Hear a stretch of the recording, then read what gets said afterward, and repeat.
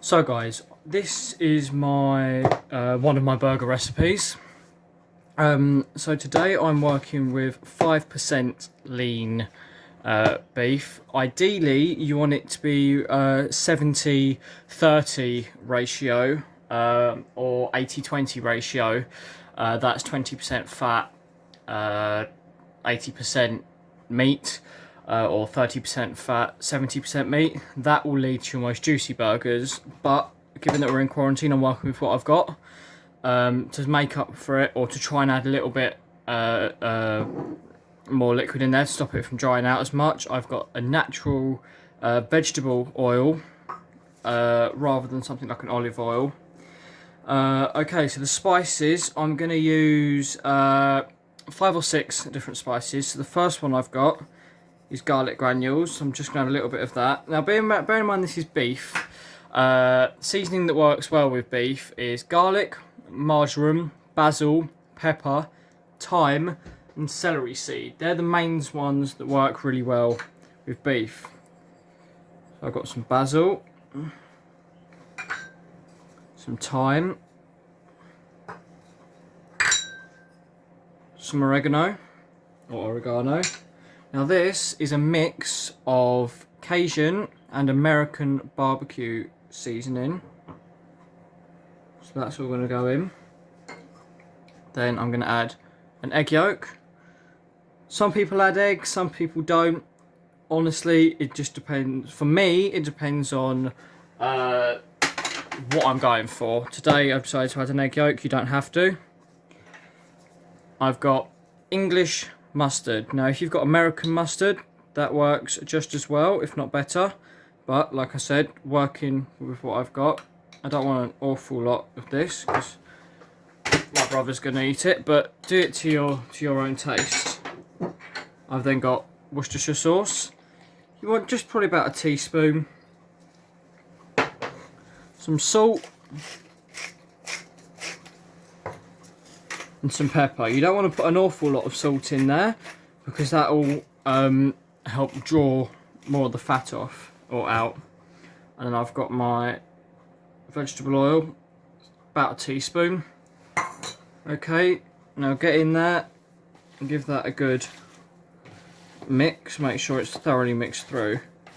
You don't want burger that in one bite is bland and the next bite is really tasty. So you want to make sure it's mixed through the whole mix.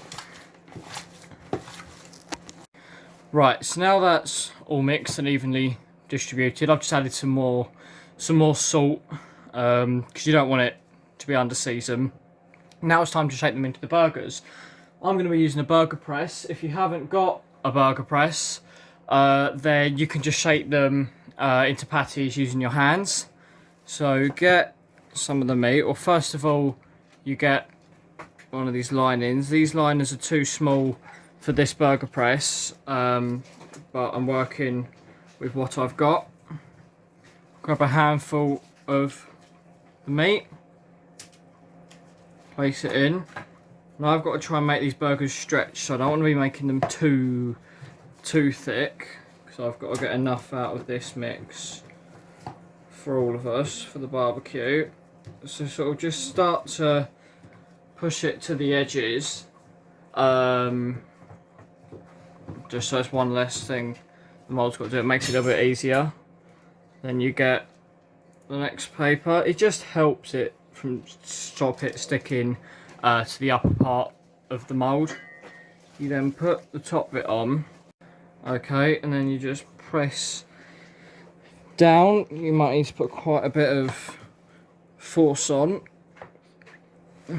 Okay, now some of the meat's going to come up around the edge, that's not a problem. Now lift this top off and the burgers are pressed. Now I've got this plate with cling film on. I'm going to turn them upside down.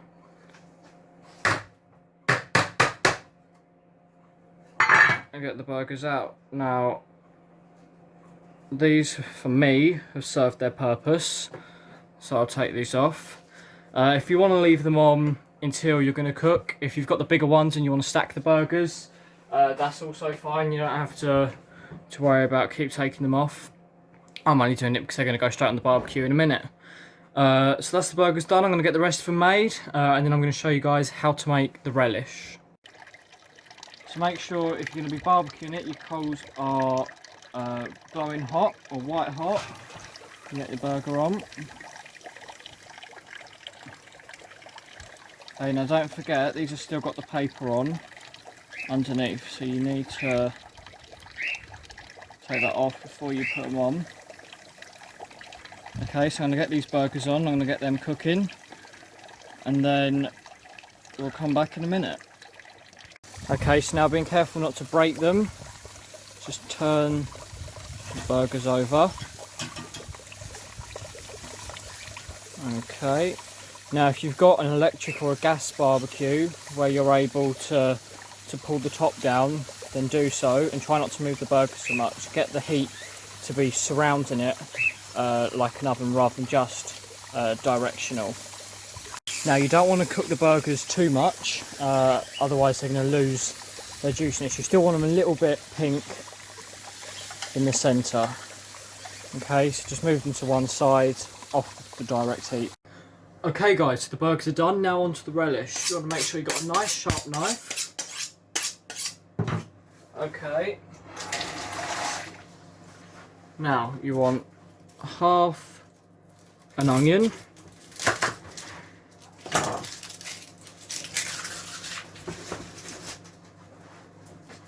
Okay, set the other side or the other half aside even. Gonna take the bottom off of this and peel the onion.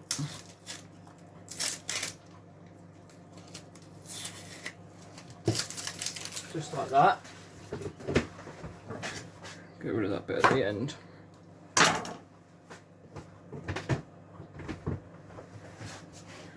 Okay, now I'm going to dice this onion up. So what I'm going to do is I'm going to go along like that. Okay. And along like that. Be careful of your thumb. I'll cut this way.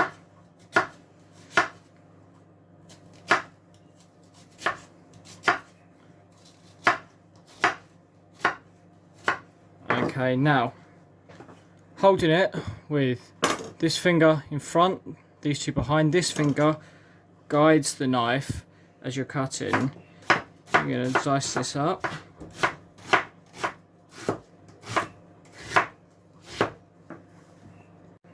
Okay, so dice the onion up.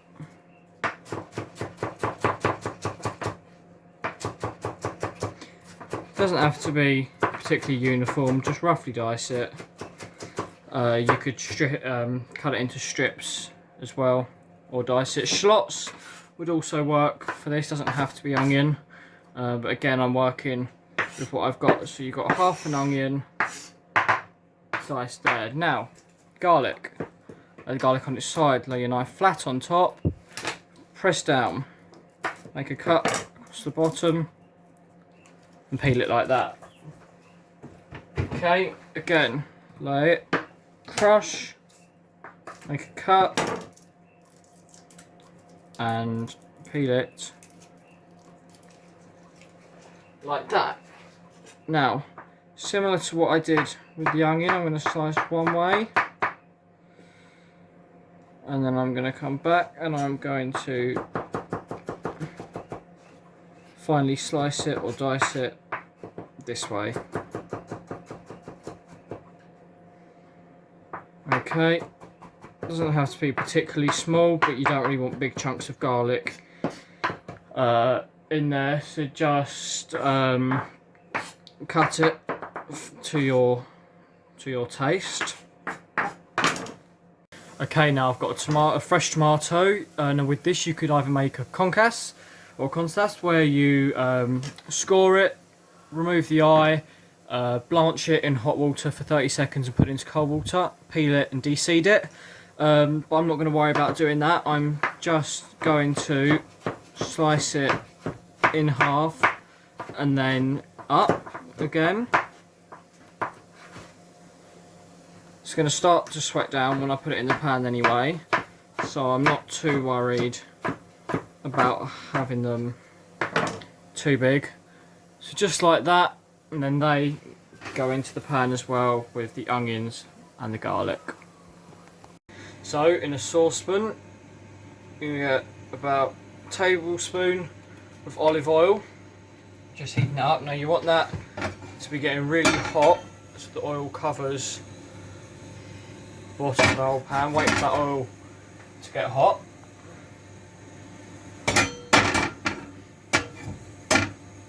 If you put stuff into cold oil, it will soak the oil up. So you want to put it straight into hot oil to immediately start cooking it.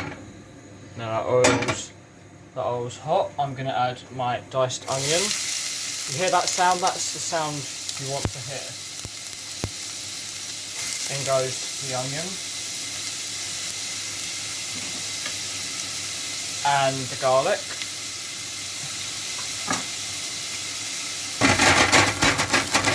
Now you just want to saute them off and start to just get them translucent.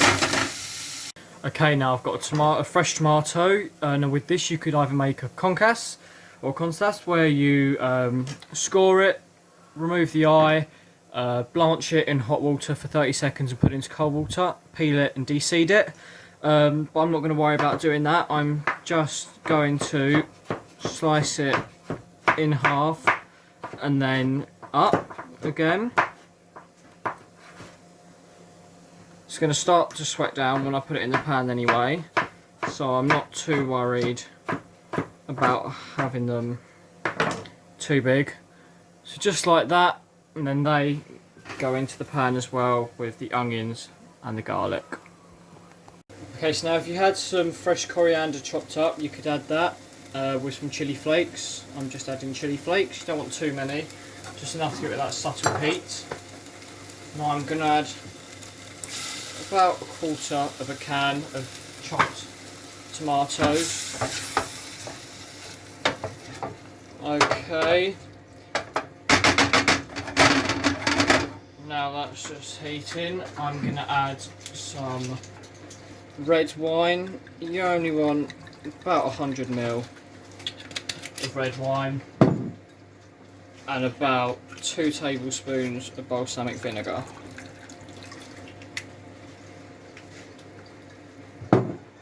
Give that a mix.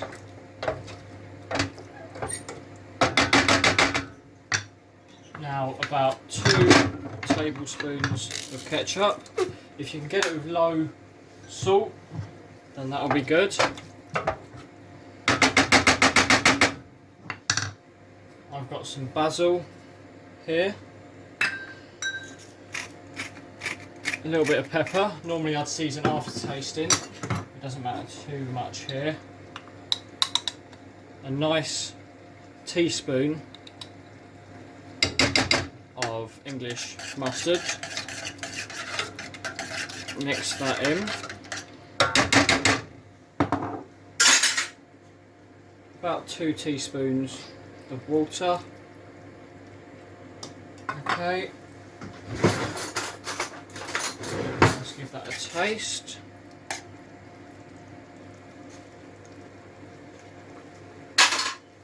Okay, you need some salt.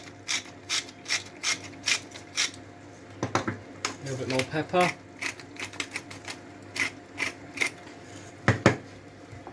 Now just let that simmer with the lid off for about 10 minutes just to reduce down and sort of jamify. So you can put all types of cheese on the burger, from the normal sort of plastic, what I call plastic cheese. I've put Stilton on it before. Today I've got this lovely oak smoked cheese which I picked up from a local farm shop. So I'm just going to cut some thin slivers of that, and that is going to go on my burger. Right, okay, so assembling the burger. First of all, I've got this mustard, well, I've toasted the buns on the barbecue. Now I've got this mustard mayo. This is with English mustard. You could use French mustard, American mustard, whole grain mustard. Just a teaspoon or 2 of mustard to about 2 or 3 tablespoons of mayo. Then I'm going to put on my burger, the bacon. Now, if I was doing this with what I would call a plastic cheese, which are the orange squares, I would put a saucepan or a metal bowl over the burger while it's cooking with the cheese on it, and that just helps the heat be reflected back down to just really melt that cheese.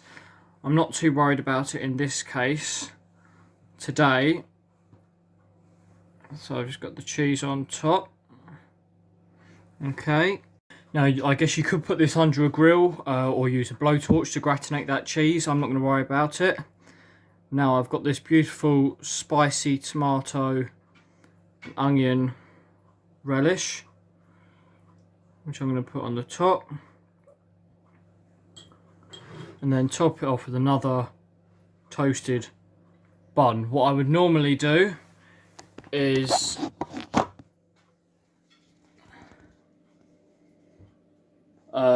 make my own buns, but as I was pushed against time today, I didn't, and that is how I do one of my burger recipes.